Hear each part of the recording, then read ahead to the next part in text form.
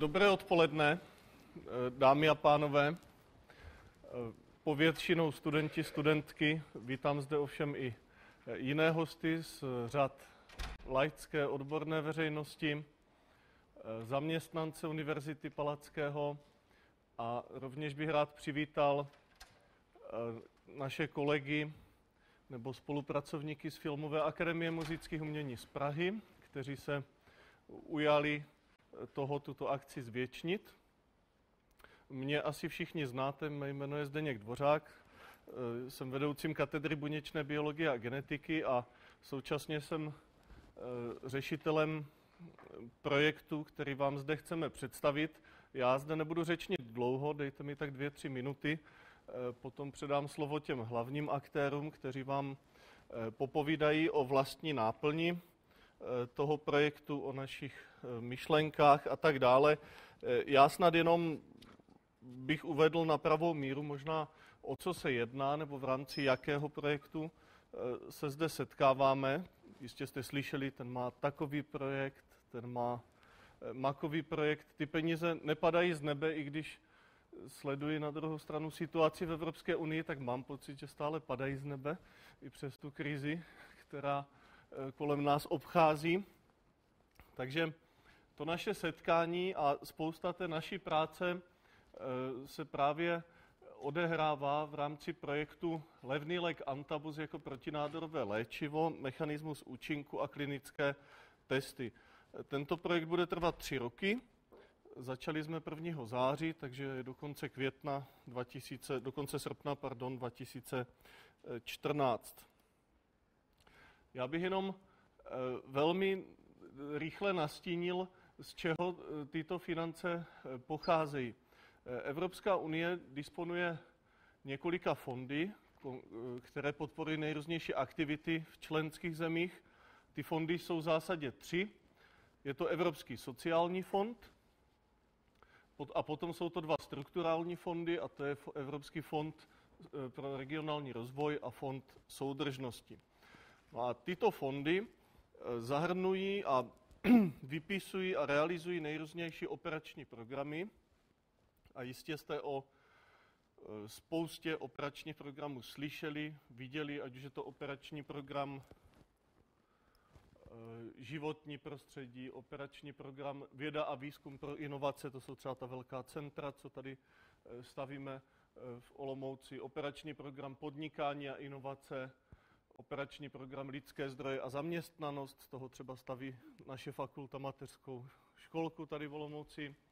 No a ten náš projekt je z operačního programu vzdělávání pro konkurenceschopnost. Takže už to slyšíte v tom názvu, že se to jistě týká vysokých škol a vzdělávací soustavy a patří právě do té skupiny toho Evropského sociálního fondu ESF, kam patří ještě ty lidské zdroje a zaměstnanost a pak ještě jeden operační program, který se týká pouze Prahy. Ano?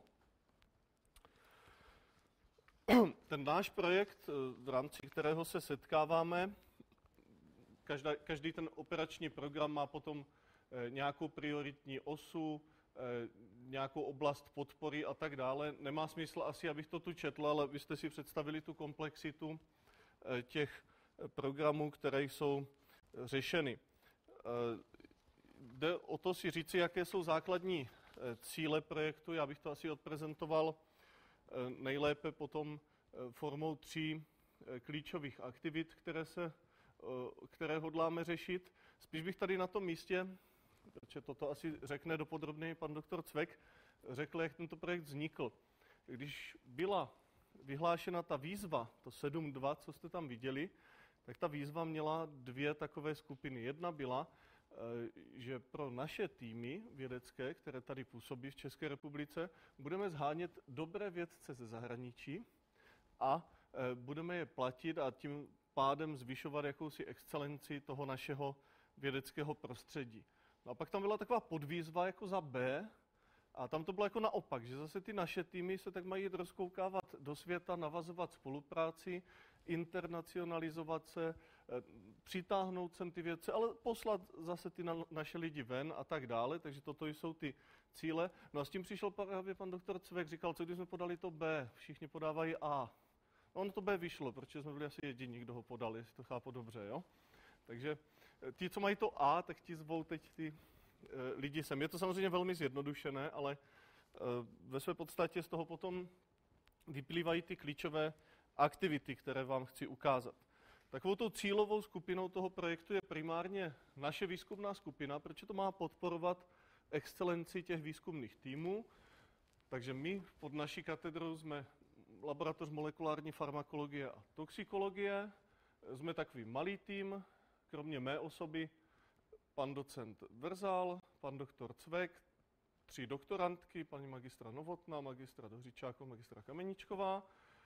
A dále v našem týmu máme jednoho technického pracovníka, to je Jindra Sedláček, administrativní pracovnice paní inženýrka Ondřejová a jeden z vašich kolegů, pan Zdeněk Škrot, který tady bude mít i vystoupení. Takže je to na rozvoj toho týmu, no ale samozřejmě ten tým nežije ve vzduchoprázdnu, takže by se to mělo dotknout i ostatních studentů na UP.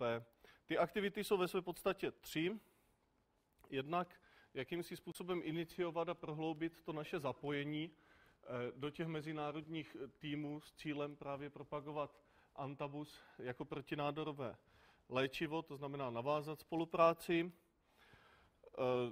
Na druhou stranu zase posílat na to zahraniční pracoviště naše studenty, ať už PhD studenty nebo studenty magisterského, případně bakalářského studia a naopak sem zvát ty zahraniční vědce. A dalším výstupem v podstatě by mělo být, že z toho budou samozřejmě vědecké publikace. Jestliže máte nějakou excelenci budovat nebo promoutovat, tak to musí jistě vést nějakému vědeckému výsledku. A platidlem ve vědě jsou publikace, tak jak platidlem v Evropě je doposud euro.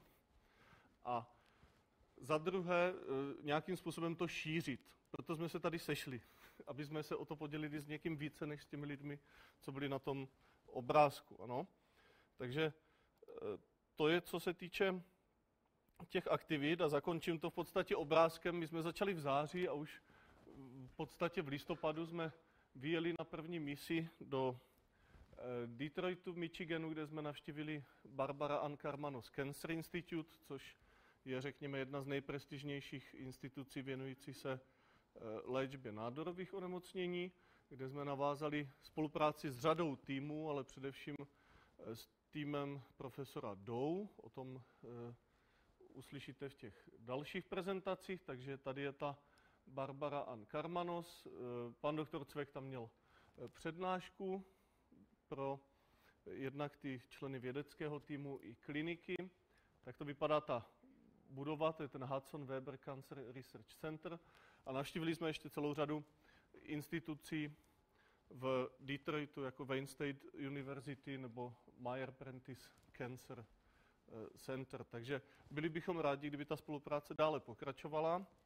Ti lidé z toho zahraničního pracoviště jsou pozváni sem a my zase předpokládáme, že vyjedeme tam. To je asi tak vše, co bych jenom na úvod toho projektu řekl. Takže děkuji vám, že jste všichni přišli a užijte si to odpoledne. Jo? Takže předávám slovo panu doktoru Cvekovi.